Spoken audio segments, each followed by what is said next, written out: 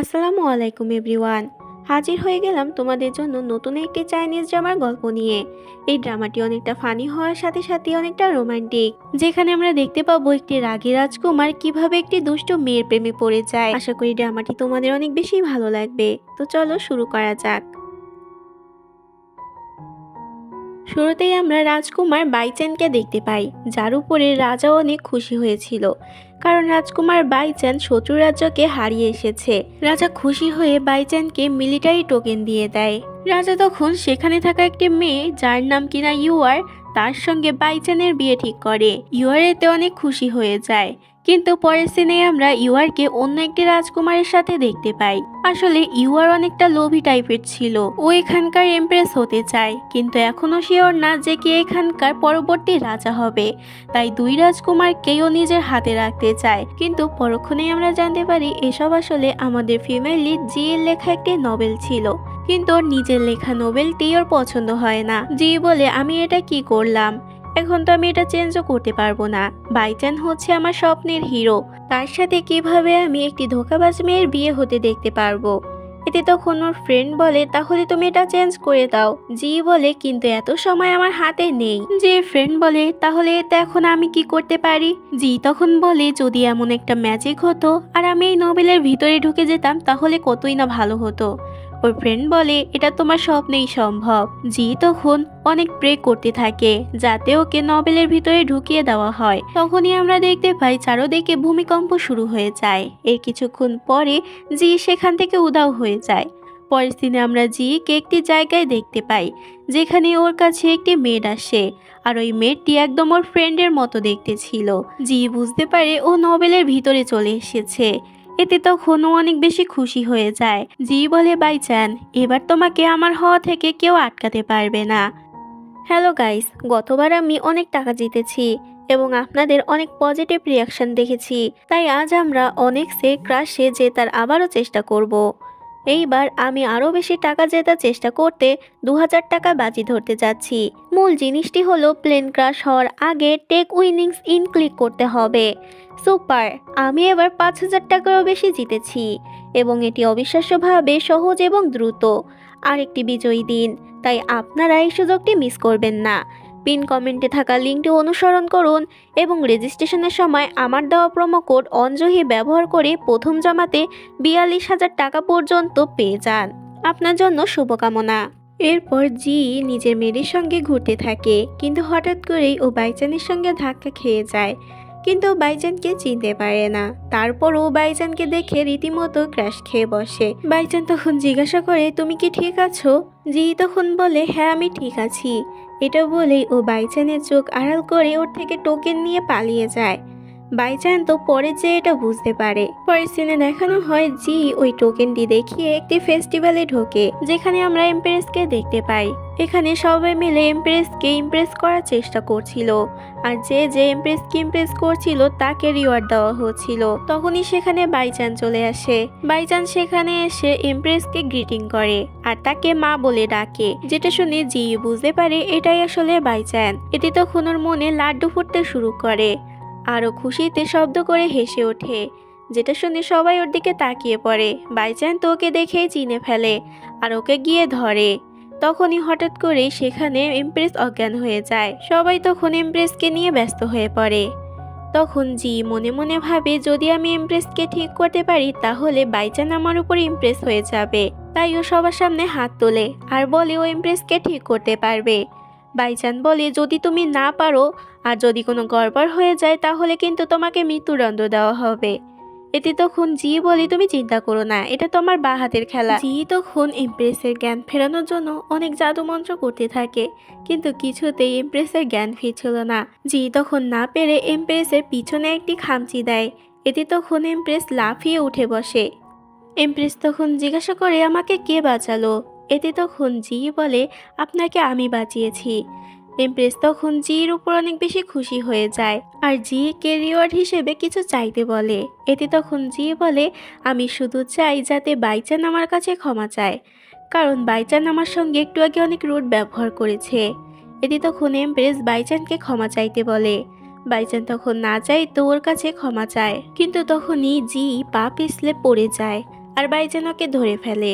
ওদের দুজনকে একসাথে দেখে এমপ্রেসের খুবই ভালো লাগে। এরপর এমপ্রেস সেখান থেকে চলে যায়। বাইচান তখন ওকে নিয়ে উপরে উঠে যায়। বাইচান তখন জিকে বলে, আগে তুমি তোমার আসল পরিচয় দাও, নাহলে আমি তোমাকে এখান থেকে ফেলে দেব। তখনই জি সেখান থেকে পড়ে যেতে যায়। এতে তখন বাইচান ওকে বাঁচিয়ে নেয়। আর জি তো নিজের স্বপ্নের দুনিয়ায় হারিয়ে যায়। এরপর কিছুটা নিচে আসতেই বাইচান তো জিকে নিচে ফেলে দেয়। বাইচান জিকে জিজ্ঞাসা করে, সত্যি করে বলো তোমার আসল পরিচয় কি? জি তখন বলে, আমি তোমার মা হই। যেটা শুনে বাইচান বলে, দেখো আমার সাথে মজা করো না, এর ফল কিন্তু ভালো হবে না। জি বলে, আমি কেন মজা করতে যাব? তোমার এই চেহারা, তোমার এই হেয়ার স্টাইল আর তোমার যাবতীয় জিনিস সবই আমি বানিয়েছি। জি তখন বলে, আর তুমি ভুলে যেও না যে তোমার টোকেন আমার কাছে আছে, তাই আমাকে ক্ষতি করার চিন্তা মাথায় এনো না। এরপরের সিনে দেখানো হয় ইউয়ার বাইচানের সঙ্গে দেখা করতে আসে আর বাইচানের সঙ্গে কথা বলতে চায়, কিন্তু বাইচান ওকে কোনো রকম পাত্তা না দিয়ে সেখান থেকে চলে যায়। ইউয়ার তখন অনেক বেশি রেগে যায় আর বলে, তুমি দেখে নিও, আমি এখানকার ইমপ্রেস হব। এরপর বাইচান জি এর কাছে যায় আর ওর কাছ থেকে নিজের টোকেনটি ফেরত চায়, কিন্তু জি বলে, আগে তুমি আমাকে বিয়ে করো, তারপর আমি তোমার টোকেন ফেরত দেব। তখনই বাইরে থেকে একটি মেড বলে ওঠে, ন্যানি চেন এসেছে জির সঙ্গে দেখা করতে। আসলে এই ন্যানি চেন হচ্ছে এমপ্রেসের অনেক বিশ্বস্ত একটি দাসী, যাকে কিনা সবাই ভয় পায়। বাইচেন তো তখন অনেক বেশি ভয় পেয়ে যায়, কারণ ন্যানি চেন যদি ওকে জির ঘরে এভাবে দেখে ফেলে, তাহলে ন্যানি চেন ওদেরকে বিয়ে দিয়ে দিবে। এদিকে জি মনে মনে ভাবে এটাই সুযোগ, এটা করলে বাইচান তো অবশ্যই আমাকে বিয়ে করবে। বাইচান তখন পালাতে যায়, কিন্তু তার আগেই জি ওর জামা থেকে একটি পেন্ডেন্ট ছিঁড়ে নেয় আর বাইচান এটা টেরও পায় না। এরপর ন্যানি চেন জির ঘরে ঢোকে। ঘরে ঢুকতেই ও এখানে ছেলেদের গন্ধ পায়। এতে তো ন্যানি চেনের অনেকটা সন্দেহ হয়। তখনই ও টেবিলের উপর সে পেন্ডেন্টটি দেখতে পায়। আসলে জি এটা ইচ্ছা করেই রেখেছিল। ন্যানি চেন তখন লুকিয়ে লুকিয়ে ওই পেন্ডেন্টটি নিয়ে যায় এমপ্রেসকে দেখাবে বলে। পরের সিনে আমরা জিকে শুয়ে থাকতে দেখি, কিন্তু ওর আর বাইচানের বিয়ে হবে কিনা এটা নিয়েও অনেক বেশি টেনশন করছিল, যার কারণে ওর কিছুতেই ঘুম আসছিল না। তখনই সেখানে বাইচান চলে আসে। বাইচানকে দেখে অনেক অবাক হয়ে যায় আর বলে, তুমি এত রাতে একটি মেয়ের ঘরে এসেছো, তোমার লজ্জা করে না? তুমি এখানে কি করতে এসেছো, সত্যি করে বলো। বাইচান তখন বলি, যদি আমি এখানে তোমার সাথে খারাপ কিছু করতে আসতাম তাহলে এতক্ষণ অপেক্ষা করতাম না। এটি তখন জি বলে, আচ্ছা তাহলে তুমি আমাকে মিস করছিলে তাই এখানে এসেছো। বাইচান তখন বলে, দেখো ফালতু বকা বন্ধ করো আর আমাকে আমার পেন্ডেন্ট আর টোকেনটি ফেরত দাও, যেটা তুমি আমার কাছ থেকে চুরি করে নিয়েছো। কিন্তু জি বলে, আমি এটা তোমাকে কখনোই ফেরত দেব না। বাইচান তখন নিজের হাত থেকে একটি মেডিসিন বের করে আর সেটা জোর করে জিকে খাইয়ে দেয়। জি তখন অনেক বেশি রেগে যায় আর জিজ্ঞাসা করে, তুমি আমাকে কি খাওয়ালে? এই টানাটানির মধ্যে দিয়ে ভুল করে বাইচান ওর জামা ধরে টান দেয় আর ওর পরে থাকা নাইট ড্রেসটি ছিঁড়ে যায়। বাইচান তখন ওর কাছে ক্ষমা চায় আর বলে, আমি তোমাকে বিষ দিয়েছি, যদি তুমি আমাকে টোকেন আর পেন্ডেন্টটি ফেরত না দাও তাহলে তুমি কয়েকদিনের মধ্যেই মারা যাবে, কারণ আমি তোমাকে অ্যান্টিডোট দেব না। এটা বলে বাইচান সেখান থেকে চলে যায়। জি তখন অনেক বেশি চিন্তায় পড়ে যায়, কারণ টোকেনটা ওর কাছেই ছিল, কিন্তু পেন্ডেন্টটা তো ন্যানি চেন নিয়ে চলে গেছে। এর পরের দিন সকালবেলা আমাদেরকে জিকে দেখানো হয় যে অনেক বেশি চিন্তা করছিল, কেননা পেন্ডেন্টটি তোর কাছেই ছিল না, তাহলে ও কোথা থেকে পেন্ডেন্টটি এখন পাবে। তখনই সেখানে কিছু গার্ড চলে আসে আর বলে, বাইচান আপনার জন্য একটি গিফট পাঠিয়েছে। গার্ডরা সেখানে একটি বাক্স রেখে চলে যায়। এরপর জি এর মেড ওই বাক্সটি খোলে। বাক্সের ভিতরে একটি ছোট নাইট ড্রেস ছিল, যেটা দেখে মেড তো অনেক অবাক হয়ে যায়। জি তো অনেক খুশি হয়ে যায় এটা ভেবে যে বাইচান ওর জন্য এটা পাঠিয়েছে। এরপর দেখানো হয় ন্যানি চেন এমপ্রেসের কাছে এসে বলে, আপনি তো জিকে অনেক পছন্দ করেন, কিন্তু আমার তার মতিগতি একদমই পছন্দ হচ্ছে না, এমন মনে হচ্ছে সে অন্য ছেলের সঙ্গে সম্পর্কে আছে। এটা বলেই ন্যানি চেন সেই পেন্ডেন্টটি দেখায় আর বলে, আমি তার ঘর থেকে এই পেন্ডেন্টটি পেয়েছি, যেটা কিনা একটি ছেলের পেন্ডেন্ট। এমপ্রেস তো এই পেন্ডেন্টটি দেখেই চিনে ফেলে যে এটা বাইচানের আর মনে মনে অনেক খুশি হয়ে যায়। এমপ্রেস ভাবে হয়তো ওরা দুজন একে অপরকে ভালোবাসে। এরপর দেখানো হয় এমপ্রেস রাজার কাছে গিয়ে অনেক রিকোয়েস্ট করতে থাকে যাতে জি আর বাইচানের বিয়ে দেওয়া হয়। রাজা প্রথমে রাজি না হতে চাইলেও রানীর রিকোয়েস্টে রাজি হয়ে যায়। এরপর সু ফ্যামিলিতেই খবর পাঠানো হয় আর এখান থেকে আমরা জানতে পারি ইউয়ার আর জি সৎ বোন ছিল।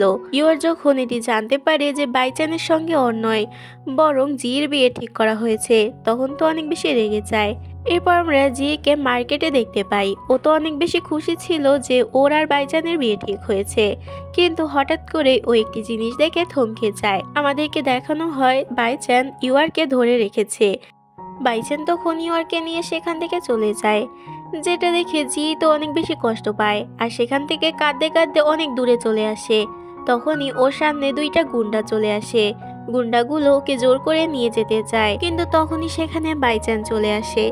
বাইচানকে দেখে ওরা সেখান থেকে পালিয়ে যায়। এরপর জি বাইচানকে জড়িয়ে ধরে। বাইচানও তখন মুচকি হাসে। জি তখন সেখানে থাকা গার্ডকে বলে, আমি আমার স্বামীকে জড়িয়ে ধরেছি আর তুমি এভাবে দেখছো, তোমার লজ্জা করছে না? তখন গার্ড অনেকটা এম্বারেস হয়ে যায় আর উল্টো দিকে ফিরে নেয়। এরপর বাইচান ওকে কোলে করে নিয়ে সেখান থেকে চলে যায়। এদিকে আমাদের ইউয়ারকে দেখানো হয় যে ওই দুইটি গুন্ডার উপর অনেক বেশি রেগেছিল, কারণ ওরা জিকে ধরে আনতে পারিনি। এদিকে আমরা বাইচান আর জিকে দেখতে পাই, যারা জির মায়ের কাছে আসে জির মাকে বিয়েতে রাজি করানোর জন্য, কিন্তু জির মা তো রাজি হতে চায় না। এতে তখন ওরা দুজন মিলে অনেক ইমোশনালি টর্চার করে ওর মাকে রাজি করিয়ে নেয়। এটা দেখে ইউয়ার তো রাগে ফেটে যাচ্ছিল। এরপর সিনে আমরা ইউয়ারকে গু নামের একটি ছেলের সঙ্গে দেখা করতে দেখি। আসলে এই ছেলেটি জিকে পছন্দ করত। এখানে ইউয়ার মিস্টার গুকে উস্কাতে থাকে আর বলে জি নাকি প্রেগনেন্ট, যেটা শুনে মিস্টার গু তো জির কাছে যায়, কারণ ও ভেবেছিল হয়তো এই বাচ্চাটি ওর। কিন্তু জি ওকে পাত্তা না দিয়ে সেখান থেকে চলে যায়। তখনই সেখানে বাইচান চলে আসে। বাইচান গুকে বলে, জি শুধুমাত্র আমার, তাই ওর থেকে দূরে থাকো। এতে তখন গু ভয় পেয়ে সেখান থেকে চলে যায়। এরপর সিনে দেখানো হয় ইউয়ারের কাছে ওর প্রেমিক রাজকুমার আসে। ইউয়ার তখন রাজকুমারকে বলে, আমি কবে ইমপ্রেস হব আর আপনি কবে রাজা হবেন? এতে তখন রাজকুমার বলে, অপেক্ষা করো, আগে বাবা মরে যাক, তারপর আমি নয় রাজা হব আর তুমি হবে আমার রানী। ইউয়ার তখন বলে, কিন্তু আমি আর বেশি দিন অপেক্ষা করতে পারবো না। এটা বলে ও রাজকুমারকে নিজের দিকে আকৃষ্ট করতে থাকে আর সেই রাতটা ওরা দুজনে কেবল সঙ্গে কাটায়। পরের দিন দেখানো হয় জি সুন্দর করে বউয়ের সাজ সাজে। আসলে আজকে ওদের বিয়ে ছিল। ওর মা তখন ওকে ঘোমটা পরিয়ে দেয়। তখনই সেখানে বাইচান চলে আসে। নিয়ম অনুযায়ী বাইচান ওকে ঘাড়ে তুলে নেয় আর সেখান থেকে নিয়ে যায়। পরের দিনে আমরা জিকে বাসরাতে বসে থাকতে দেখি, কিন্তু মাঝরাত হয়ে গেলেও সেখানে বাইচান আসে না, যেটাতে জি তো অনেক বেশি রেগে যায়। কিন্তু তখনই সেখানে বাইচান চলে আসে। বাইচানের শব্দ পেয়ে ও তাড়াতাড়ি আবারও ঘোমটা পরে নেয়। এরপর দাসী সেখান থেকে চলে যায়। বাইচান তখন ওর ঘোমটাটি সরিয়ে দেয়। জি তখন বলে, তুমি আসতে অনেক দেরি করে ফেলেছো, যার জন্য তোমাকে আমি এখন পানিশমেন্ট দেব। এটা বলে ও ওকে লাথি মেরে নিচে ফেলে দেয় আর ওকে নিচেই ঘুমাতে বলে। বাইচানের আর কি করার, ও তখন নিজেই শুয়ে পড়ে। ও ভেবেছিল কি আর হলো কি। এর পরের দিন সকালবেলা জি বাইরে বের হয়। ওয়েদারটা ওর কাছে অনেক বেশি ভালো লাগে, তাই ওখানে সুন্দর করে নাচতে শুরু করে। কিন্তু পরক্ষণেই ও আবার ডিস্কো ডান্স করা শুরু করে দেয়, যেটা অনেকটা ফানি ছিল। তখনই সেখানে বাইচান চলে আসে। বাইচানকে দেখে জি তো আবারও বকবক শুরু করে দেয়। ও এতটাই বকবক করছিল যে বাইচান এতে বিরক্ত হয়ে যায়। বাইচান আর নিতে পারছিল না, তাই ওর মুখ বন্ধ করার জন্য ওকে কিস করে দেয়। এরপর ওরা দুজনে একটু আনকমফোর্টেবল ফিল করে। বাইচান বলে, এবার থেকে যদি আর বকবক করো তাহলে। এতে তখন জি বলে, কি করবে? কিস করবে? বাইচান এতে কিছুই বলে না। পরের সিনে দেখানো হয় বাইচান বাইরে বেরিয়ে আসে। তখনই সেখানে ইউয়ার আসে। ইউয়ার বাইচানের জন্য কিছু খাবার নিয়ে এসেছিল। বাইচান যখন সেটা নিতে যায় তখনই সেখানে জি চলে আসে। জি ওটাকে নিতে দেয় না আর উল্টো ইউয়ারকে একটা কষিয়ে থাপ্পড় মারে। এত জোরেই থাপ্পড় মারে যে ইউয়ার একেবারে 10 পাক ঘুরে মাটিতে পড়ে। জি তখন ইউয়ারকে অনেক বেশি কথা শুনিয়ে দেয় আর সেখান থেকে বাইচানকে নিয়ে চলে যায়। পরের সিনে দেখানো হয় জি শাস্তি স্বরূপ বাইচানকে দিয়ে পেঁয়াজ কাটাচ্ছিল। জি বলে, আর কোনোদিন অন্য মেয়েদের দিকে তাকাবে? বাইচান বলে, না। জি বলে, তুমি কি আর কোনোদিন অন্য কোনো মেয়ের সঙ্গে কথা বলবে? বাইচান বলে, মোটেই না। কিন্তু তারপরও জি ওকে শাস্তি দিয়েই যাচ্ছিল, যাতেও এটা কোনো সময় না ভোলে আর অন্য মেয়েদের সঙ্গে আর কোনো সময় কথা না বলে। এরপর জি ওকে মেয়েদের মতো করে মেকআপ করিয়ে দেয়, যেটা দেখে বাইচানের অবস্থা তো খারাপই হয়ে যায়। এরপর দেখানো হয় জি বিভিন্ন ধরনের পোজ দিতে থাকে আর বাইচান ওর পেন্টিং করছিল। কিন্তু পেন্টিংটা এতই খারাপ হয়েছিল যে জি ওকে ধরে পেটাতে থাকে। এরপর দেখানো হয় জি ওকে দিয়ে নিজের ঘা হাত পা টেপাচ্ছিল। এদিকে দেখানো হয় ইউয়ার রাজকুমারের কাছে এসে সবকিছু খুলে বলে যে জি ওকে কিভাবে মেরেছে। রাজকুমার এতে অনেক বেশি রেগে যায় আর বলে তুমি চিন্তা করো না, এর প্রতিশোধ আমি নিয়েই ছাড়বো। এতে তখন ইউয়ার অনেক বেশি খুশি হয়ে যায়। পরের সিনে আমরা জিকে দেখতে পাই, যার কিছুই ভালো লাগছিল না, কারণ চেন গিয়েছিল কাজ করতে আর এই জন্য ও খুবই বোর ফিল করছিল। তাই ও ঠিক করে ও মার্কেটে একা একা ঘুরতে যাবে। ওর মেয়ের তখন ওর সঙ্গে যেতে চায়, কিন্তু জি ওকে নিষেধ করে। এরপরের সিনে আমরা ওকে যেতে দেখি, কিন্তু তখনই সেখানে দুইটা গুন্ডা চলে আসে। জি বলে দেখো একদম আমার কাছে আসবে না, আমি কিন্তু তোমাদেরকে মেরে আলু ভর্তা বানিয়ে দেব। গুন্ডাগুলো তখন নিজেদের পাওয়ার দেখাতে থাকে, কিন্তু এই পাওয়ার দেখাতে গিয়ে ওদের অবস্থা ডাইল হয়ে যায়। তখনই ওরা বুঝতে পারে সেখানে কেউ আসছে, তাই ওরা তাড়াতাড়ি সেখান থেকে পালিয়ে যায়। আমরা দেখতে পাই সেখানে বাইচান চলে আসে। বাইচান জিকে জিজ্ঞাসা করে তুমি ঠিক আছো তো? এতে তখন জি বলে হ্যাঁ আমি ঠিক আছি। জি তো নিজের হাসি কিছুতেই আটকাতে পারছিল না ওই গুন্ডাগুলোর কর্মকাণ্ড দেখে। এরপর ওরা দুজন ওখান থেকে চলে যায়। এরপর আমরা ইউয়ারকে দেখতে পাই, যে তো অনেক বেশি রেগেছিল কারণ ওদের প্ল্যান আবারও ভেস্তে গিয়েছে। তখনই সেখানে রাজকুমার চলে আসে। রাজকুমার ওকে শান্ত হতে বলে। ইউয়ার তখন বলে আপনি তো চেষ্টা করলেন কিন্তু পারলেন না, এবার আমাকে একটি চান্স দিয়ে দেখুন, আমি নিজের হাতে ওকে শেষ করব। এতে তখন রাজকুমার ওর হাতে তলোয়ার ধরিয়ে দেয় আর বলে আমি তোমাকে দায়িত্ব দিলাম, তুমি ওকে শেষ করবে, তাও আবার নিজের হাতে। এদিকে দেখানো হয় বাইচান রাজার কাছে আসে। রাজা তখন ওকে প্রিন্সেস জিংকে বিয়ে করতে বলে, কেননা প্রিন্সেস জিংকে বিয়ে করলে ওদের অনেক লাভ হবে। এতে তখন বাইচান না বলে দেয় আর বলে ও শুধুমাত্র জিকেই ভালোবাসে। রাজা এতে রেগে যায় আর বলে আমার আদেশ অমান্য করার সাহস হয় কি করে তোমার? বাইচান তখন রাজার কাছে ক্ষমা চায় আর বলে আপনি যা বলবেন আমি তাই করব, কিন্তু দয়া করে এই কাজটি আমার দ্বারা করাবেন না। কিন্তু রাজার কোনো কথা শোনে না আর বলে আজকে প্রিন্সেস জিং তোমার সঙ্গে দেখা করতে আসবে, তুমি তার সঙ্গে ভালো করে কথা বলবে। এটা বলেই রাজা সেখান থেকে চলে যায়। জি যখন জানতে পারে যে বাইচানের আবারও বিয়ে দেওয়া হবে, তখন তো অনেক বেশি রেগে যায়। তখনই সেখানে জির মেড চলে আসে। মেডোকে জানায় যে ওর মা নাকি বিপদে আছে। এরপর মেডোকে বলতে শুরু করে। আমাদেরকে তখন ফ্ল্যাশব্যাকে দেখানো হয়, যেখানে আমরা দেখতে পাই ইউয়ারের মা মারা গেছে একটি কেক খেয়ে, যেটি কিনা জি ওর মার জন্য পাঠিয়েছিল। তাই ওরা ধারণা করে ওই কেকের ভিতরে বিষ ছিল, তাই ওরা জির মাকে গ্রেফতার করে নিয়ে যায়। বর্তমানে মেড বলে আপনি তাড়াতাড়ি করে প্রিন্স বাইচানকে আমাদের সাথে করে নিয়ে চলুন, সেই একমাত্র পারবে আপনার মাকে বাঁচাতে। জি তখন বলে তুমি একদম ঠিক বলেছো। এটা বলে ও যখনই পিছন দিকে ফেরে তখনই বাইচান আর প্রিন্সেস জিংকে একসাথে দেখতে পায়।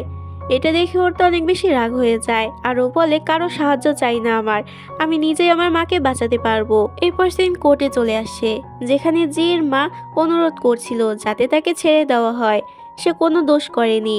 ওই কেকটি তো জি পাঠিয়েছিল আর ওর ভিতরে কি করে বিষ থাকতে পারে, কিন্তু বিচারক এটা কিছুতেই মানতে চায় না। জি তখন অনেক বেশি রেগে যায় আর বলে ওই কেকটি আমি পাঠিয়েছিলাম আর ওই কেকের মধ্যে কোনো রকম বিষ ছিল না। আপনাদের কাছে কি কোনো প্রমাণ আছে যে আমরা এই দোষটি করেছি? তাহলে কেন আমাদেরকে এভাবে হ্যারাস করছেন?